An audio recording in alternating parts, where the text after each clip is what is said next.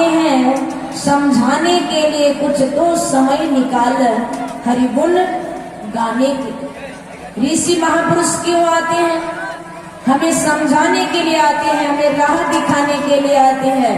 पर बहुत सारे लोगों के मन में होता है ये महात्मा लोग खाने के लिए आते हैं, ये महात्मा लोग लेने के लिए आते हैं। भैया, महात्मा खाने के लिए नहीं आते हैं, महात्मा लोग लेने के लिए नहीं आते हैं।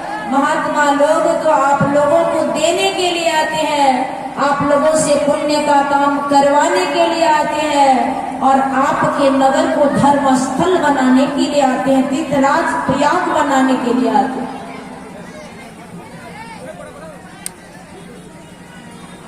तो हम आप संतों के बताए राह पे चलेंगे तो हमारा जीवन मंगलमय होगा। और सबसे बड़ी खुशी की बात तो यह है, यह जो अष्टयाम कल से शुरू होगा, उस कार्य की शुरुआत करने से पहले गुरु की पूजन किया है लोगों ने। और जहां गुरु की पूजा हो जाती है, वेद शास्त्र कहता है उनका हर कार्य निर्विघ्न ढंग से सुसंपन्न हो जाता है। गुरु पूजे सब देवन पूजे, गुरु पूजे सब सेवा। प्रथम गुरु देव देव जगत में और न दूजा देवा। जब गुरु की पूजा हो जाती है तो समस्त देवी देवता प्रसन्न हो जाते हैं, क्योंकि देवी देव समस्त पूर्ण ब्रह्म परम प्रभु गुरु में करे निवास कहत है संत सबो। समस्त देवी देवता गुरु में निवास करते हैं। जहां गुरु की पूजा हो गई वहां समस्त देवी देवता प्रसन्न हो जाते हैं, खुश हो जाते हैं। इसीलिए हमारे संत महापुरुष कहते हैं, संसार के लोगों क्या गर्व दिखा रहे हो, किस चीज की घमंड दिखा रहे हो?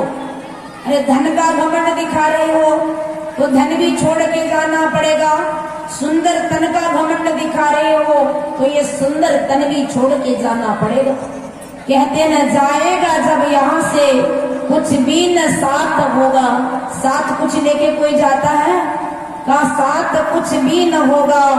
2 गज कफन का कपड़ा तेरा निवाज होगा। आप बाजार जब जाते हो, जीते जी ब्रांडेड कंपनी का कपड़ा पसंद करते हो, पर कफन की कपड़ा ब्रांडेड नहीं होती।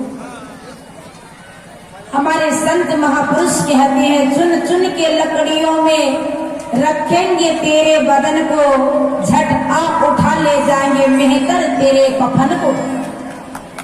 भैया, जिस कफन का भी घमंड करते हो ना, वो कफन का कपड़ा भी उतार लेंगे, फिर किस चीज की अहम है?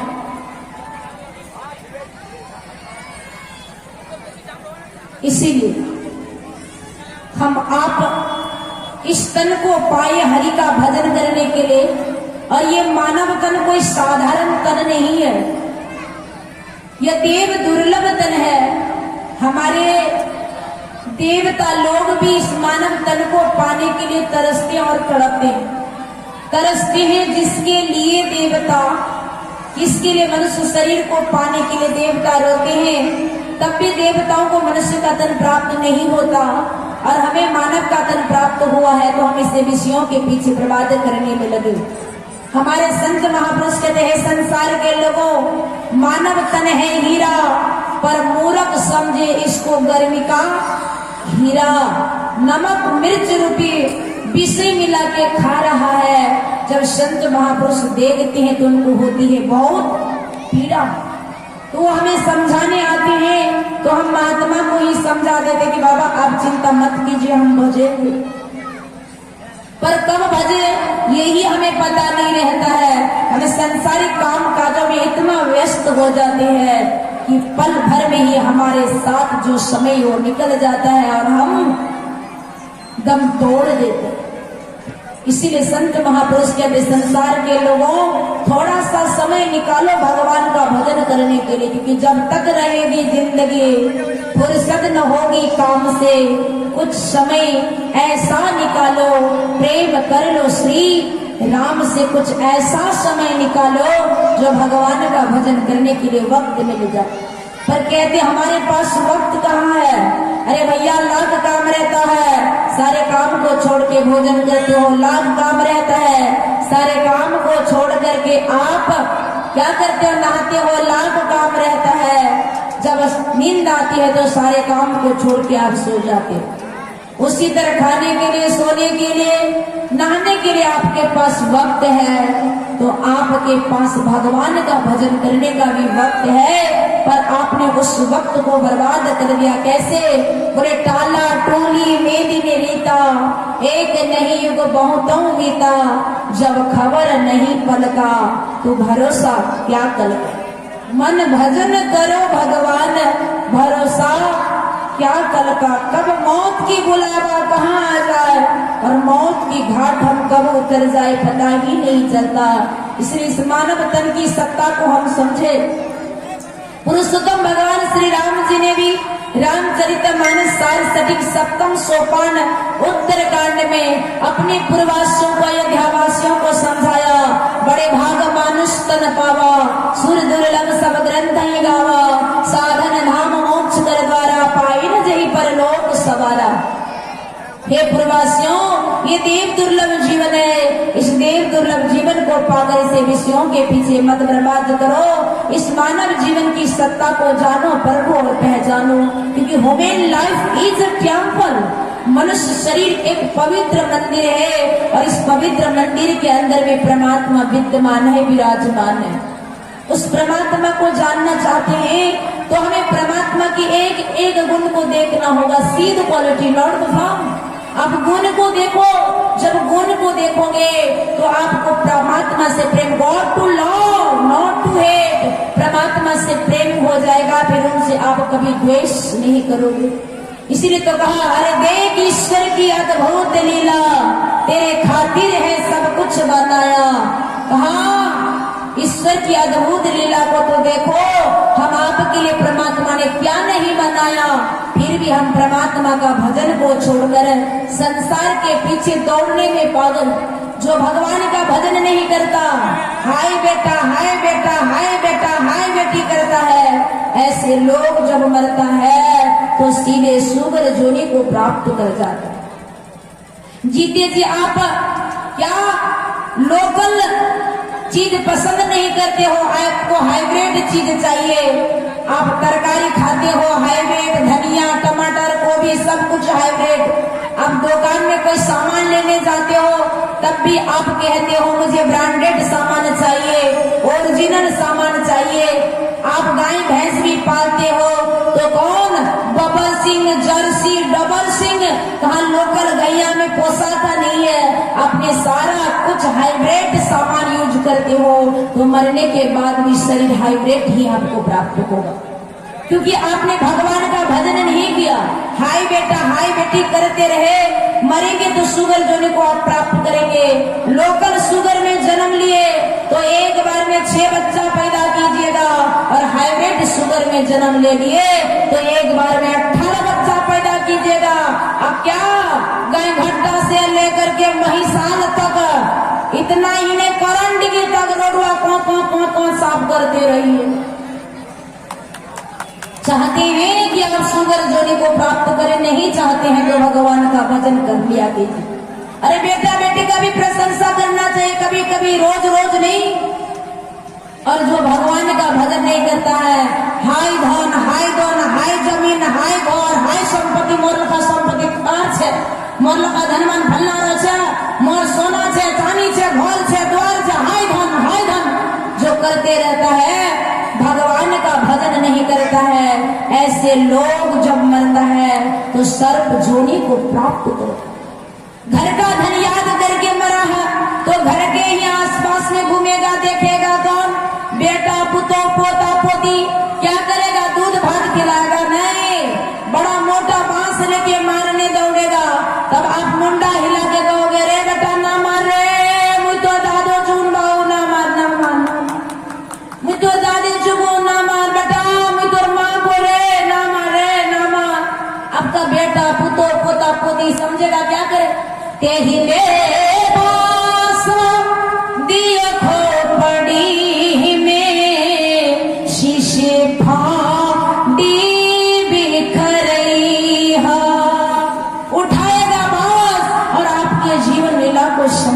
कर डालेगा। चाहते हैं सर्प जोनि प्राप्त करना तो धन धन कीजिए, और नहीं चाहते हैं तो धन का याद छोड़िए, भगवान का भजन कीजिए। धन का ख्याल छोड़िए। अरे आप कहेंगे धन का याद न करे तो करे किन का याद? का भगवान को याद करो। जो धन के पीछे दौड़ता है वो कभी सुखी नहीं होता है, जो संतों के पीछे दौड़ता है वही सुखी हो जाता। क्यों? क्योंकि लक्ष्मी है संतन की चेरी। ये धन दौलत जो है संत महापुरुषों के चेरी के पास रहता। लक्ष्मी जो है संतों महापुरुषों के चरणों में लौटती है। इसीलिए जो संतों के पीछे दौड़ता है लक्ष्मी उनके पीछे पीछे दौड़ते हैं। जो लक्ष्मी के पीछे दौड़ता है माता लक्ष्मी से कंगाल बना के छोड़ दे, क्योंकि मरने के बाद सर्प जोनी में चले गए तो कंगाल ही न हो गए। भैया विचार कर सकते हैं।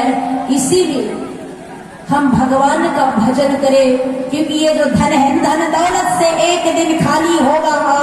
भैया धन धन करते हो क्या पोट्री बांध के जाओगे?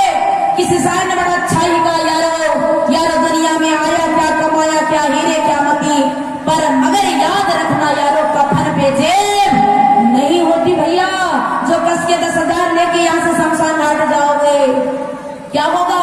खोली ले तो न तो काना हो के सोनमा, अरे सुंदरता न माटी मिल तो है, चेह तो मानो सा कान पाए के गुरु के भजन करो है, सखिया है फेरो न मिल तो कहीं सन दे हसे खाना खाना छुट्टी जाए। क्या होगा?